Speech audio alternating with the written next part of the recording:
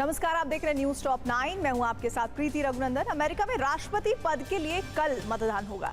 आज हम आपको बताने वाले हैं कि स्विंग स्टेट्स में कौन लीड कर रहा है और अर्ली वोटिंग में कमला हैरिस आगे हैं या डोनाल्ड ट्रंप। और इसके अलावा जानेंगे अमेरिका में ब्लू और रेड स्टेटस जो स्टेट्स हैं वो क्या है। आइए देखते हैं mister versus madam president.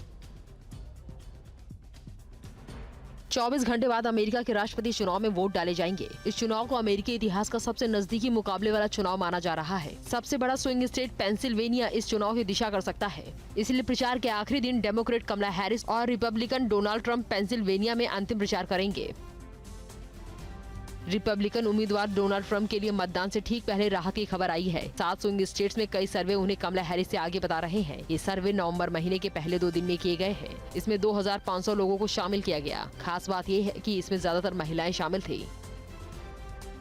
America के राष्ट्रपति चुनाव में अब तक 7 करोड़ 50 लाख से ज्यादा लोग वोट डाल चुके हैं। इन्हें अर्ली वोटर्स कहा जाता है। न्यूयॉर्क टाइम्स और सिएना कॉलेज के पोल के मुताबिक पहले डाले गए वोटों में कमला हैरिस को 8% की बढ़त है। वहीं जिन मतदाताओं ने अभी वोट नहीं डाले हैं उनमें ट्रंप को लीड मिलने की बात कही जा रही है।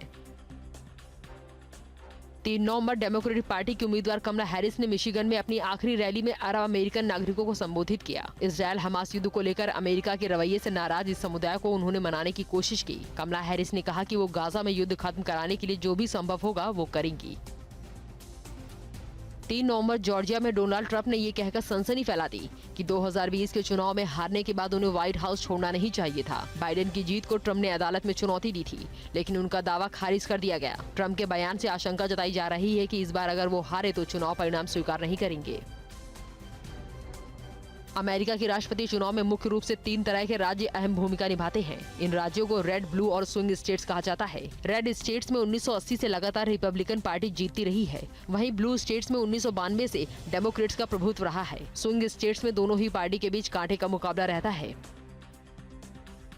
अमेरिका में राष्ट्रपति को जनता सीधे नहीं चुनती है, इलेक्टोरल कॉलेज राष्ट्रपति को चुनता है। नागरिक चुनाव में ऐसे लोगों को वोट देते हैं जो इलेक्टोरल कॉलेज बनाते हैं। इन्हें इलेक्टर्स कहते हैं। और फिर इलेक्टर्स राष्ट्रपति और उपराष्ट्रपति को वोट देते हैं। जिस उम्मीदवार को बहुमत मिलता है वो राष्ट्रपति और उपराष्ट्रपति पद के लिए चुना जाता है।